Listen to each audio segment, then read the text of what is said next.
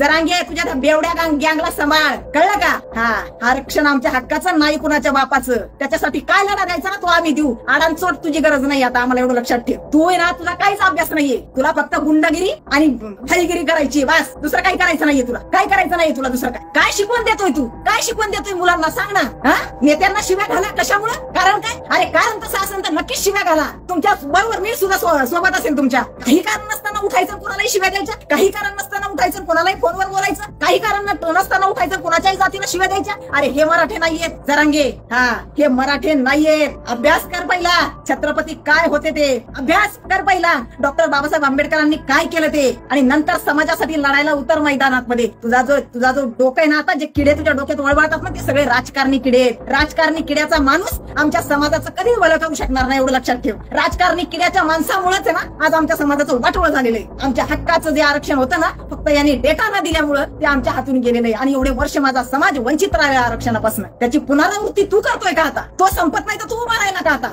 आमच्या मुलावर? त्यांनी काय केलं? त्यांनी तेच केलंय ना. सर्वसामान्यांच्या मुलांना गुंडगिरी काय केलंय त्यांनी? हेच निरोप तुमच्या जरांग्याला द्या. खूप झाली नौटंकी. ते अशी मान टाकणं, ते कसं तरी करणं, कुणीतरी छाती त्याची चोळणं. पार नाही का त्याला इतक्या दिवस कधीच त्याच्या छातीत दुखलं नाही, पण आता त्याच्या छातीत दुखायला लागलं का? तर पब्लिकच जाईना. पब्लिकने पाठ फिरवलंय, समाजाने पाठ फिरवलीये. समाजाला या माणसाचा खरा चेहरा दिसलाय, कारण याच्यामुळे हजारो मुलांवर गुन्हे दाखल झाले.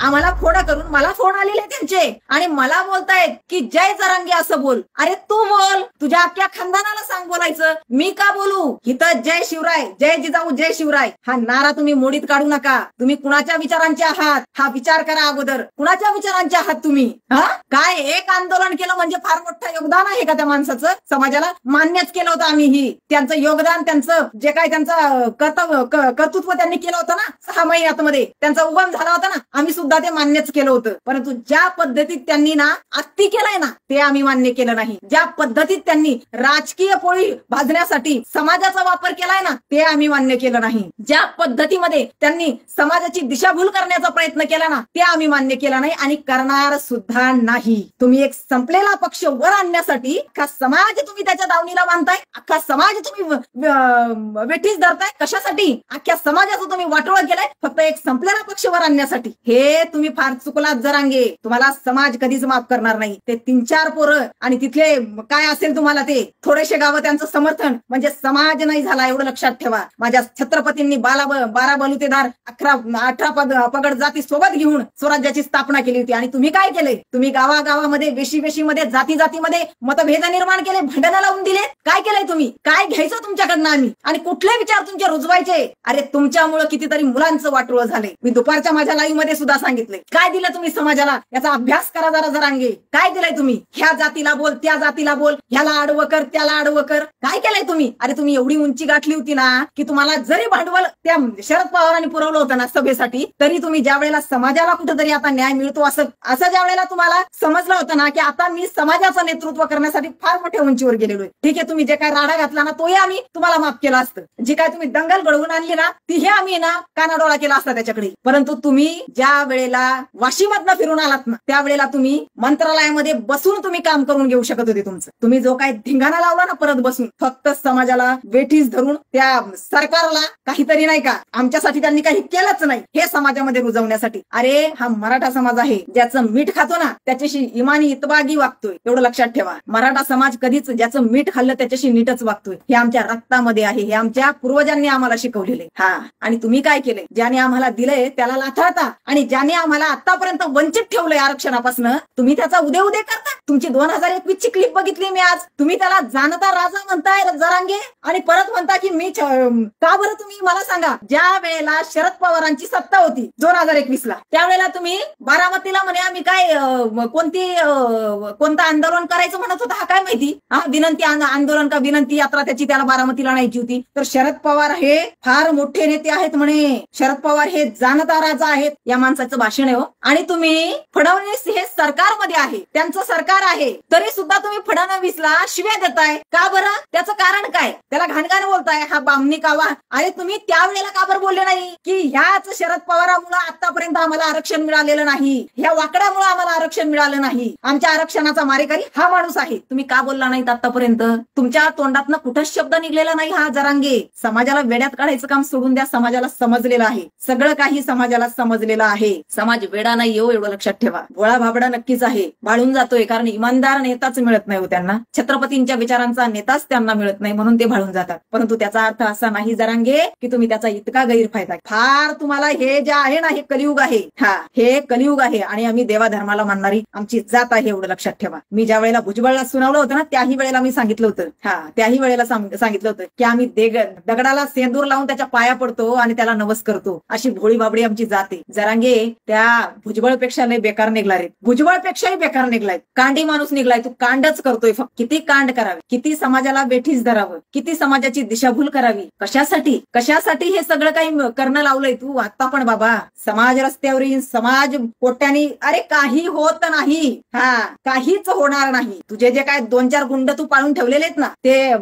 गावोगावी जाऊन जी दहशत घालतायत त्याच्या विरोधात मी अर्ज देणार आहे आता. मी अर्ज देणार आहे त्यांच्या विरोधात मध्ये की ही गुंडशाही खपवून घेतली जाणार नाही. तुम्ही तुमचे विचार आमच्यावर लादू शकत नाहीये. का बरं? प्रत्येकाला स्वतःचं मत मांडण्याचा अधिकार आहे. तू फडणवीसला शिव्या देऊ शकतो, तू शिंदे साहेबांना बेमान म्हणू शकतो, तू त्या अजित पवारला शिव्या देऊ शकतो. जे लोक सरकारी पदावर आहेत, सरकार आहे त्यांचं, तू त्यांना शिव्या देऊ शकतो. परंतु तुझे मत आवडले नाही म्हणून जर सर्वसामान्यांनी, तू कुठलंही, तुला सरकार, तू शासकीय पद नाहीये तुला, तू कोण विधानसभा सदस्य नाहीये, किंवा तू काय, तुला आणखी दुसरं कुठलं काही नाहीये का, जिल्हा परिषद सदस्य नाहीये तू, की पंचायत समितीचा सरपंच नाहीये. परंतु तुला जर बोललं तर तुझे लोक येऊन घरी येऊन त्या भागातल्या लोकांना दमदाटी करतायत. का तुझी दमदाटी सहन करायची आहे लोकांनी? कशामुळं? माझी विनंती आहे त्या भागातल्या लोकांना, जर तुमचं मत तुम्ही व्यक्त करत असाल आणि हा माणूस अशा पद्धतीमध्ये जर त्याचे गुंड तुम्हाला घरी येऊन धमक्या देत असतील आणि तुमच्याकडनं माफी मागून घेत असतील जबरदस्ती, तर तुम्ही 112 नंबरला फोन करा. पोलीस तुमच्या त्या ठिकाणी येतील, त्यांच्यावर गुन्हे दाखल होतील. हे सहन केल्या जाणार नाही. कशासाठी?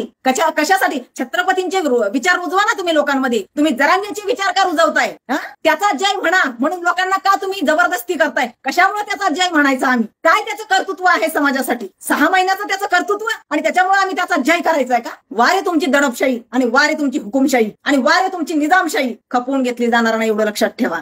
पुन्हा एकदा सांगते, या देशाला संविधान लागू झालेलं आहे. वारे म्हणजे तुमच्या मनाप्रमाणे जर काही झालं नाही तर तुम्ही तुमचा आकांत तांडव आणि समाजाचा तुम्ही बळी देणार. जे अगोदरही तुम्ही तेच केलं. किती रुपये खर्च केलेत तेच तुम्ही, जे सभेंना उधळलेत ना तेच पैसे जमा केले असते ना, याच्याकडनं घ्या की आता घ्या. कारण आता संविधान जे आपल्याला आरक्षण लागू झालंय ना, ते टिकवण्यासाठी आपल्याला कोर्टात जावंच लागणार आहे. पुन्हा एकदा सांगते, या देशाला संविधान लागू झालेलं आहे. जेवढं राज्य सरकारला द्यायचं होतं, जेवढं करायचं त्यांनी केलेलं आहे, ते टिकवण्यासाठी सुद्धा ते प्रयत्न करणार आहेत. करावंच लागणार आहे त्यांना. परंतु आता ते टिकावंच म्हणून कर ना त्याचा प्रचार की आता आपल्याला भेटलेलं टिकलं पाहिजे. नाही, तुला त्याच्याशी काहीच घेणं देणं नाही. सगळ्या सोयरे, अरे काय तू सगळ्या सोयऱ्याने एवढं फार मोठं तुझं घर भरणार आहे रे बाबा? काय घर भरणार आहे? काहीतरी आपले टिमका एखाद्या लहान लेकराचं नसतं का? त्या यात्रेत गेले की त्याला ती शिट्टीच पाहिजे, त्याला ते खेळण्याच पाहिजेत आणि ते घेऊन नाही दिलं म्हणून ते तिथंच लोळत बसतं आई वडिलांचा हात सोडून. तसं याचं झालंय, मला तेच पाहिजे, मला ते गुडगुडच पाहिजे, तर म्हणून बसतं तिथं पाय खोरत. अशी या जरांगेची तरा झाली. अरे करोडो मराठा तुझ्या मागं होता बाबा, कसा विसरलाय की आपण काय गुडगुडी वाजवायला लागलो, आपण कुठला हट्ट धरून बसलोय. अरे तुझ्या एका फोनवर आहे ना मंत्रालय दर आणून गेलं असतं, एवढं तू मिळवलं होतं, पण सगळं घालवलंय जरांगीत.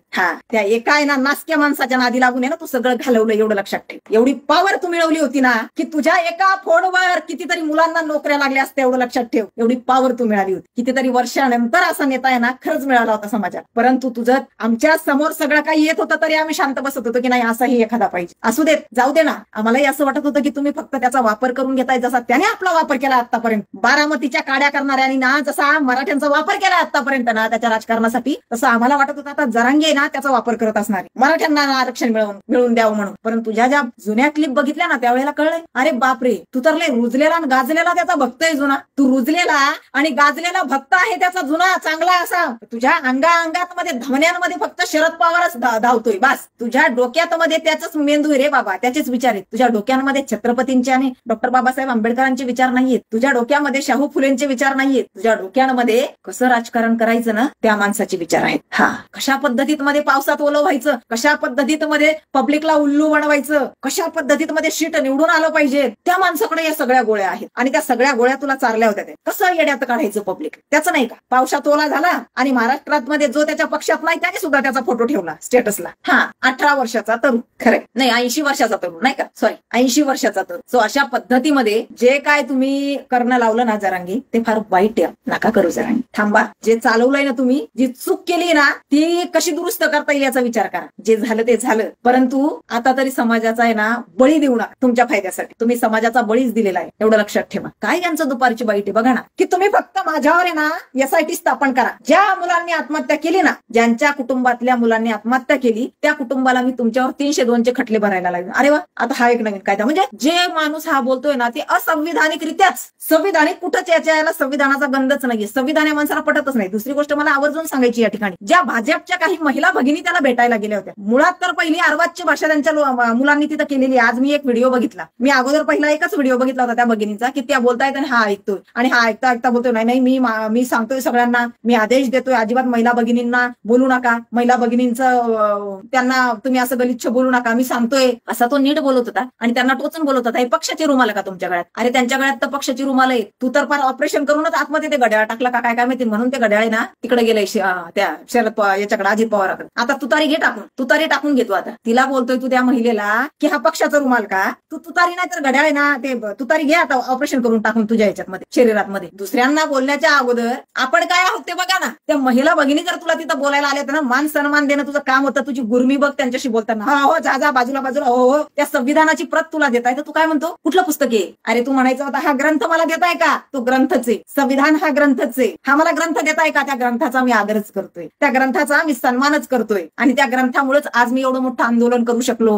त्या ग्रंथामुळेच मला अभिव्यक्ती स्वातंत्र्य मिळालेलं, मी लोकशाही पद्धतीने आंदोलन करू शकलो. त्या ग्रंथाच्या कायद्यांमुळेच, संविधान नावाच्या. कदाचित त्याच्यामध्ये जर हे नसते ना कायदे, हुकुमशाही असते ना त्यामध्ये, तर तुला जरांगे करोडो लोकांचा ताफा तिथं बोलवता आला नसता, तुला लाखो लोक घेऊन ना मुंबईला जाता आलं नसतं. जे तुला कायदे, जे तुला अधिकार मिळालेत ना ते संविधानाने दिले, तेवढं लक्षात ठेव. आणि तू काय केलंय रे, ती संविधानाची प्रत घेताना सुद्धा तू कसा ते वागत होता. अरे तू हातात घेतल्याबरोबर ती कपाळाला लावायची होती. त्या संविधानाच्या प्रतमुळेच आम्ही आज तुम्ही श्वास घेऊ शकतो, गुलामीतनं मुक्त झालोय आपण. काय केलंय रे तू? कशी घेतली तू संविधानाची प्रत कशी घेतली हातामध्ये तू? जसं तुला काही घेणंच नाही त्या संविधानाचं. आणि त्यांना विचारतो हे पुस्तक त्यांना पण द्या, तुमच्या नेत्याला पण द्या. अरे त्या देवेंद्र फडणवीसने उघडून पिलेलं आहे ते पूर्णपणे संविधान, त्याचं पाठ असणार, एवढं लक्षात ठेव. त्याला नको सांगू तू द्यायला.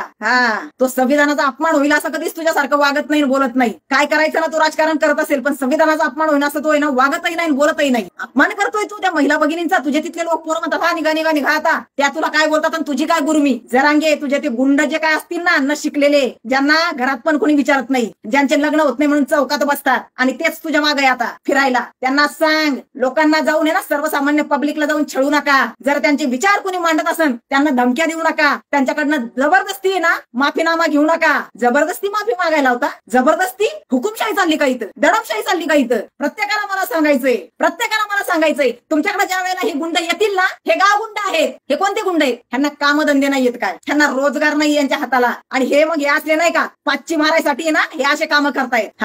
हे काय शिकलेले आहेत का? शिकलेले मुलं असे करू शकत नाही. ही समाजाने ओवाळून टाकलेले हे घरच्यांनी फेकून दिलेले कामं नाही करत म्हणून. ज्याच्या दारात ही लोक येत असतील ना, एवढं लक्षात ठेवा, ज्यांच्या दारात ही लोक येत असतील ना गुंडगिरी करायला, 112 नंबरला फोन करा, पोलीस तुमच्या दारात येतील. हुकुमशाही चालणार नाही, एवढं लक्षात ठेवा. तुमच्या चुकीच्या गोष्टींना तुम्ही आमच्यामध्ये का रुजवायचा प्रयत्न करताय? समाजामध्ये तुम्ही चुकीच्या गोष्टी रुजवण्याचा प्रयत्न का करताय? त्या कुठल्या तरी राजकीय नेत्याचे विचार तुम्ही आमच्यामध्ये का रुजवण्याचा प्रयत्न करताय? जाणता राजा तो तुमच्यासाठी असेल, आमच्यासाठी जाणता राजा फक्त एकच. तुझं 2021चं बघितलंय मी. जाणता राजा तुला कुणी दिली रे? तुला कुणी अधिकार दिलाय? कुणी अधिकार दिलाय तुला की त्या शरद पवाराला जाणता राजाची उपमा दे म्हणून?